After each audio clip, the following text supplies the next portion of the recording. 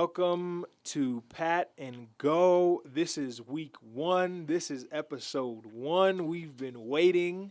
NFL season is kicking off this week. We're all excited here in the booth. We've got so much to talk about. I am your host, Paul Browning, former NFL wide receiver, local guy from Colorado Springs.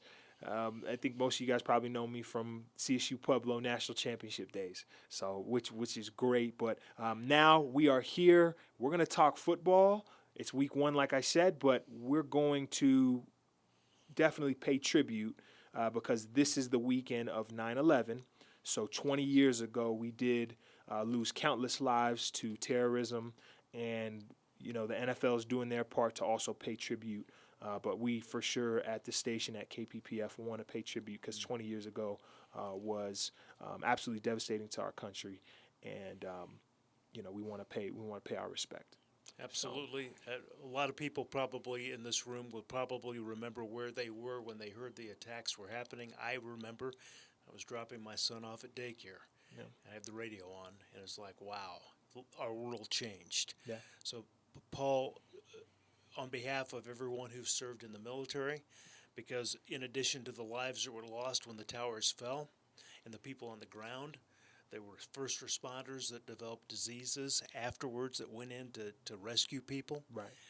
The military was deployed overseas, and we lost a lot of lives because of that event. So we just want to say, for everyone who lost a loved one in that event, our hearts are still with you. We still remember. We still care. And we just want to, before we get into the excitement of week 1, we just want to remember that this is an important anniversary, and thank you for everyone who serves the country. Definitely. Well, with that being said, the best way we can pay tribute is play some football, right? Carry on. I love it. Carry on and continue to move forward. So once again, Paul Browning, your host. We've got Mike Lewis. We've got DJ on the 1s and 2s. We're going to be here the whole season with you, walking you through what's going on with the NFL. So the first thing I want to do is we're going to jump into the high point. All right. So high point of the week, this is NFL kickoff, and we just had the Cowboys and the Bucks play on Thursday night, and that was a show. Tom Brady, Dak Prescott. While ugly. A little ugly. And, preseason, when you cut down or take a week out of preseason, it's going to get a little bit sloppy. Even the kicker missed, The kicker was shaking them. However, the fireworks were everywhere. It was great seeing, Brady come out after Super Bowl number 7, man. Yeah. Super Bowl win number 7, 44 years old.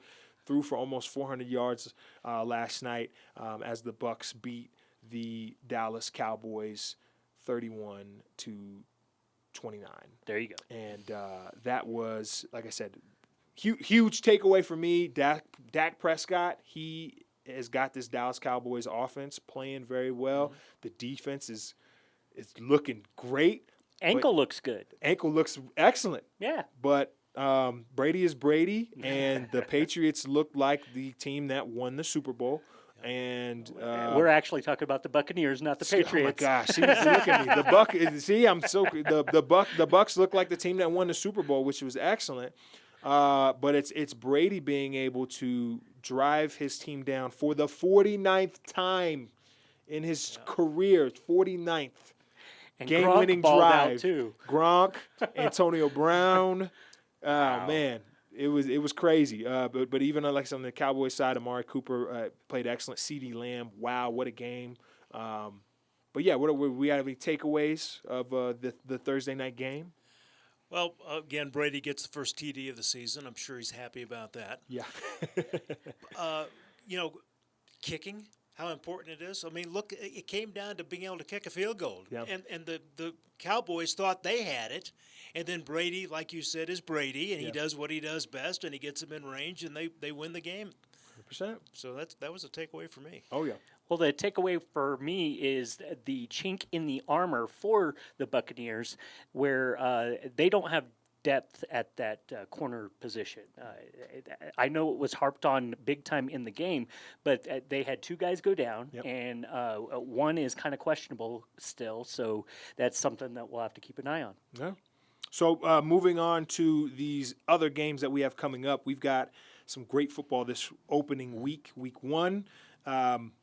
What's even looking past week 1? I'm trying to see what is the game that you've seen on the calendar and you were like, that's the one. I can't wait to watch that game because there's some big highlights. I know we've got Brady going back to New England. One of the games for me, that's week 4. You got Tampa going to New England. One of the games for me, week 5, you got the Buffalo Bills taking on the Kansas City Chiefs, a rematch of the AFC Championship game. I think that's going to be a very telling game. We've got week 16 Browns and the Packers, which could be a preview to could be somebody's Super Bowl picks. I'm getting a sense that is your Super Bowl pick. I'm not. But we'll get there. Go ahead. We'll get there. I'm looking forward to the Broncos Chiefs on December 5th because I'm looking to see the Broncos turn this around. They've had a dry spell since Super Bowl 50. Ooh. And we'll see what they can do. So I think Broncos-Chiefs will be a good game. Then they'll be at Mile High, Chiefs at the Broncos, January 9th. So Okay. a couple games I'm looking at. Definitely. Now, I marked my calendar at this week, Yeah. Arizona versus Tennessee. Yeah. I think that's going to be a huge game, and it's early in the season, I realize that, but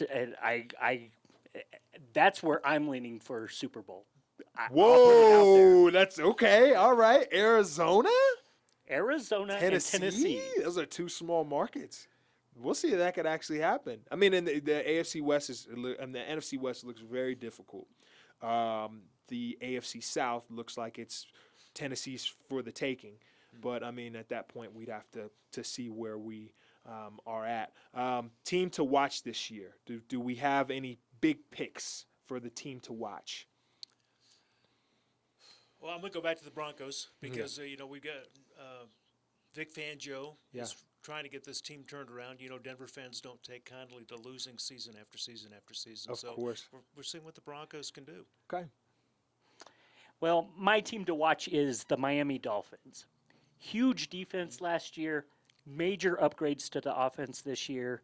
That's why I made them my team to watch. Okay, definitely. And I've got 2. Definitely the Browns. I think that should be one of the top teams to watch this year. Nick Chubb is always fun to watch. And that defense is probably the best defense in the NFL. But beyond if that, they play up to their if they play up to potential. Right. Beyond that, Tennessee. You add Julio Jones into this mix. As long as Ryan Tannehill's doing his thing and they keep giving the rock, they keep feeding Derrick Henry, that should be a fun team to pay attention to. Stout defense as well. Oh, yeah. On the flip side, a team that also may surprise would be New England. I like New England. I think that defense is still there. and you still have Belichick. Belichick is one of the most brilliant NFL minds. He's made some decisions to keep Mac Jones, and I think we'll be able to talk about that a little bit more. But to go with Mac Jones and giving him a whole year to really prep for the season after last year. Now, you touched on else. Mac Jones. I think they're pulling the trigger too soon on this, and I think they moved on too soon from Cam Newton. That's just my take on it. Just to put that out there, I was really disappointed in them moving on so quickly. Definitely, I can understand that. Is there other team surprises between the two?